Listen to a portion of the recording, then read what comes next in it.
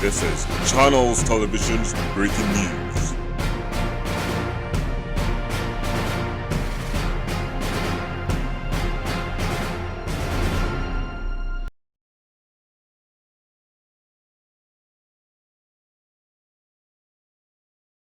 Welcome, folks. This is CCNATION News, back for some more news. So I say let's check out today's headlines.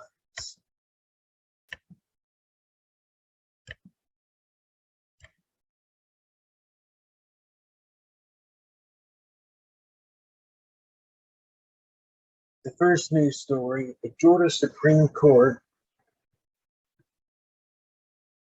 overturns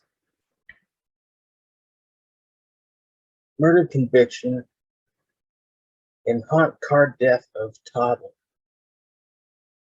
Georgia's highest court on Monday overturned the murder and child cruelty convictions against a man whose toddler died after he left him in a hot car. Of course, as the evidence was extremely and unfairly prejudicial. However, the court upheld the convictions on 3 sex crimes committed against the 16-year-old girl that Harris had not appealed.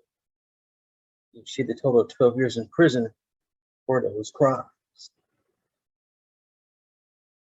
Now, I've seen a lot of these hot car deaths lately. I don't know why they happen. I don't know what the problem is with parents these days. They forget about it. Kid in the car, are they too stressed? They're not enough money to afford a babysitter. You're going somewhere, work or a store, and you know you're not going to have time to focus on your kid. Get a babysitter. Although they are hard to trust. There are some weird babysitter stories. But don't leave your kid in the hot car. Maybe if the window rolled down, but I still want to take that risk. They're an infant from 0 years old to like 10 years old. Don't do it. Most states state that if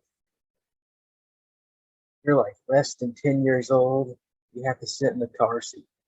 Once you're 11 or 12, you can sit in the front seat and the back seat. So go to your state laws on when they start requiring children to sit in car seats and how long they have to do that for. Then you make a decision rather than leave them in the car. My parents can leave me in the hot car because I'm a responsible adult/citizen to know what is a danger to me.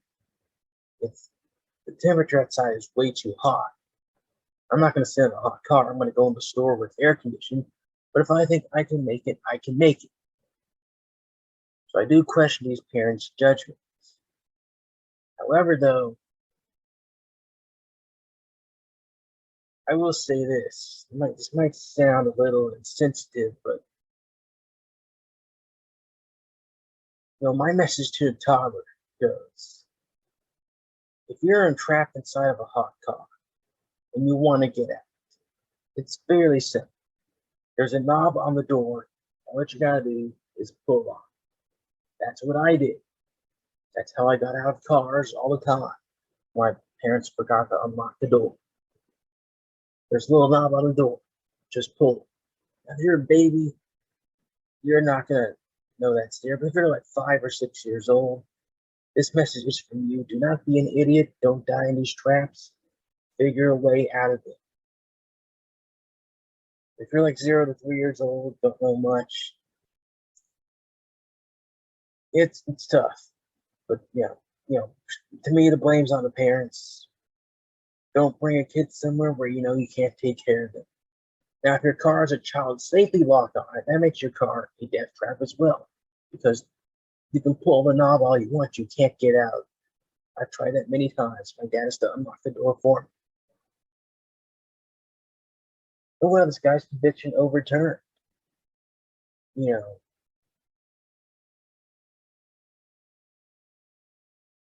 And it's like they may get a new trial.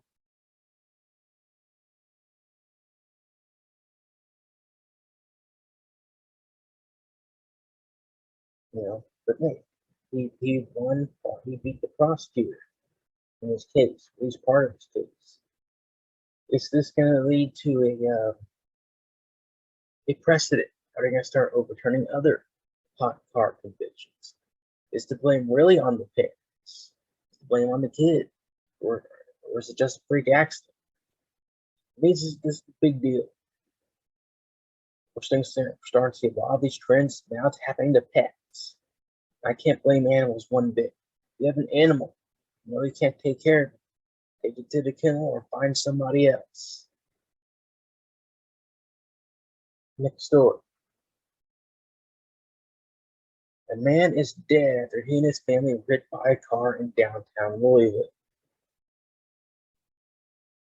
4 people were hit by a car on Tuesday night. One was dead. Trey Jones, 42, died at the University of Louisville Hospital, according to a report from Jefferson County Coroner's Office. He and his wife were in critical condition. Ava Jones, 17, her brother, were also hit.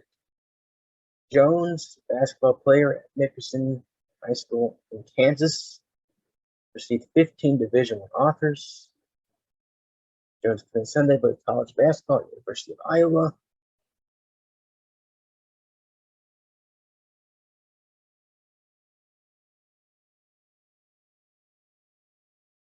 It's like the older brother was placed in the hospital. It's only the mother now that's in critical condition. The father is dead. The father was a great man, a great mentor.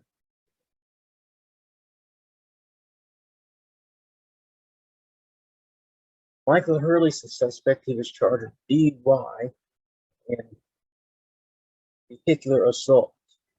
Now I suspect the murder charge to go on his record.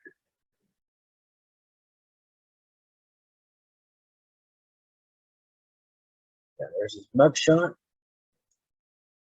There's the GoFundMe page being raised. And as for the suspect goes, this is not going to be good for him. He's going to be convicted and sentenced to prison, maybe from 20 to 50 years, maybe longer. Some judges will sentence you between 10 30 years. Some will sentence you between 50 and 70 years. But this man will pay for his crimes. Now,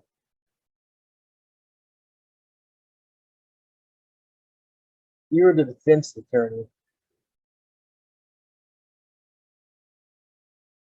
Now, according to the suspect, he had just taken hydrocodone, so he was tired and he couldn't make the turn, so he drove the car into the sidewalk. If you're a defense attorney, you can say the man was impaired. He was not in his right state of mind. This was not his fault.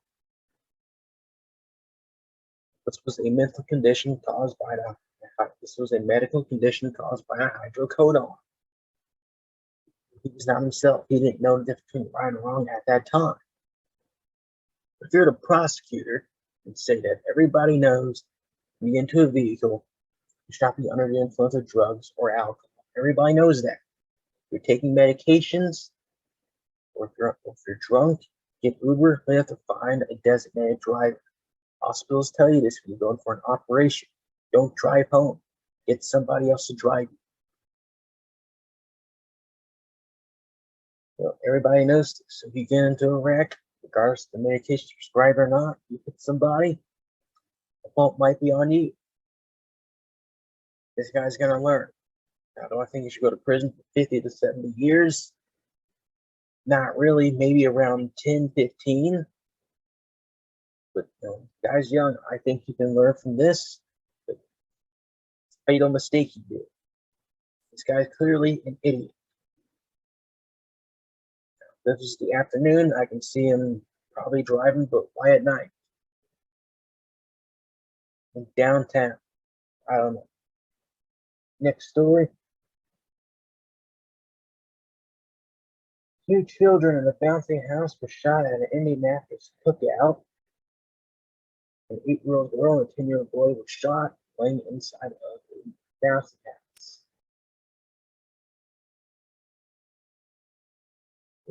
Police don't know how many suspects they're looking for, but their detectives are on the case.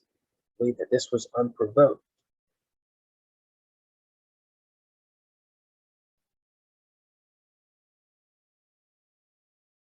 During July 4th. A lot of shootings and crimes happen on July 4th. Day for celebration, fireworks, why not? Go out there, start shooting guns, celebrate your freedom. Now, I can get why people would rob a bank. I get why someone would shoot an adult, road rage. But shooting kids is something that I don't agree with. I don't know why their motive for this is. If you're gonna go kill kids or attempt to kill them, you're a sick person. Killing an adult is bad, but a kid is different because they're just starting to live life. And for you to take that away, I don't know, man. These people, they got some serious issues. We need to get to the bottom of it because here comes our main story. Another mass shooting July 4th at Highland Park. Mass shooting suspect charged with 7 counts of murder. Suspect had a high-powered rifle and planned the shooting for weeks. Authorities had contacted the suspect in 2019. In one case, where multiple knives were removed from his home. Vice President Harris visits the site and says, "We are here for you. We stand with you." She's lying. She's not going to stand with the people. She's just saying that for votes.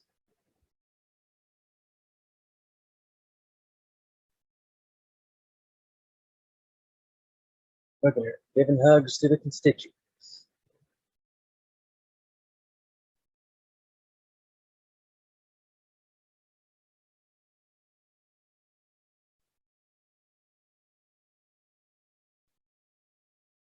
Illinois State Police, they had a clear and present danger report regarding threats from Bobby Kramer III, the suspect in this case.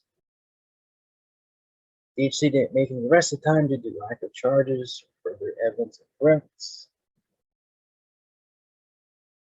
In 2019, when Kramer was 19, he applied for an FOID card that was sponsored by his father. The suspect was under 21. The application was sponsored by the subject's father.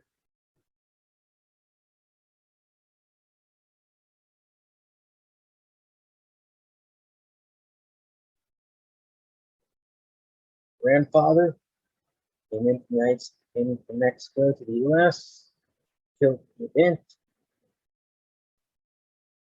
Another mass shooting. This means gun control is once again back in the headlines of debating. My thoughts on this: it's not about the guns. Guns aren't the blame, it's the people. We need to get that message loud and clear. We need to crack down on messed up people that don't need to have weapons in their hands. Not about the guns. Since you start banning guns, people are going to find other ways to kill, like knives, hatchets, and automobiles. The only way people are going to be affected by gun control is law-abiding citizens. You take away their guns, the only people that don't have them is criminals, because criminals don't buy guns from gun stores. They buy them from the black market, or they steal them. So I would not do gun control. I would do more like people control. You're mentally ill. You have a criminal conviction. We need to crack down on those types of people. Establish a red flag system. If police have made contact with somebody like they did this suspect and the one involved in Texas, then they need to make sure that this incident does not happen. Instead of letting these incidents happen, and then finding out where to place the blame. If they know that somebody is a threat, they need to get this guy evaluated in front of a therapist or psychologist to figure out his issues. The charges need to be filed, charge him. Don't get the guy a slap on the wrist and then go kill like 7 to 10 people and say, "Oh well, we're blaming this on guns again.